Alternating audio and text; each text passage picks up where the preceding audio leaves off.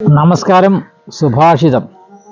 തൃണാനി ഭൂമിരുദകം വാക്ചതുർധീജ സുനൃത സദാമേതാനി ഗേഹേഷു നോച്ഛിദ്യേന്ത കദാചന.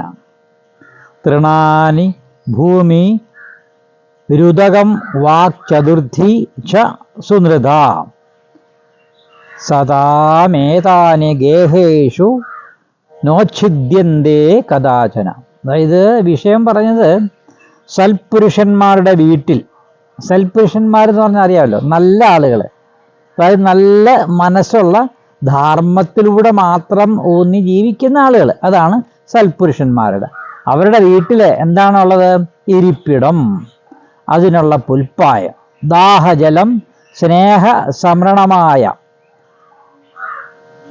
സ്നേഹമസൃണമായ ഹൃദയം കുളിപ്പിക്കുന്ന മധുരവാക്ക്, സ്നേഹത്തോടു കൂടിയുള്ള മധുരവാക്ക്, ഈ 4 കാര്യങ്ങൾക്ക് മുട്ടുണ്ടാവുകയില്ല.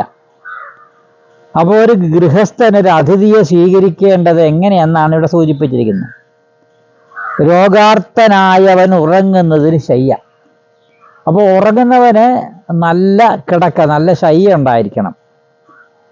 പിന്നെന്താണ്? നിന്നുമടുത്തവന് ഇരിപ്പിടം. ഇരിക്കാൻ ആരാണ് ആഗ്രഹിക്കുന്നത്? നിന്നും അടുക്കുന്നവരാണത്. അപ്പോൾ നിന്നും അടുത്തവന് ഇരിപ്പിടം വേണം.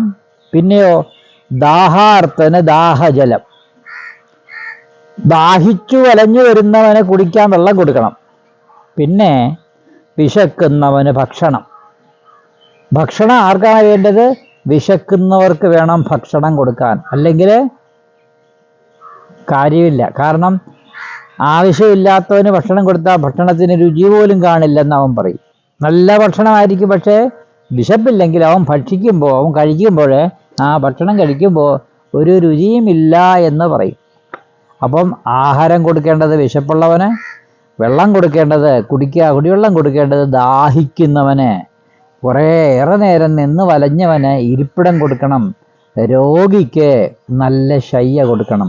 ഇത്രയും കാര്യങ്ങൾ സൽപുരുഷന്മാരുടെ ഭവനങ്ങളിൽ ഉണ്ടാകും എന്ന് ഇവിടെ സുഭാഷിതത്തിലൂടെ പറയുന്നു എന്ന് മാത്രമേ ഉള്ളൂ.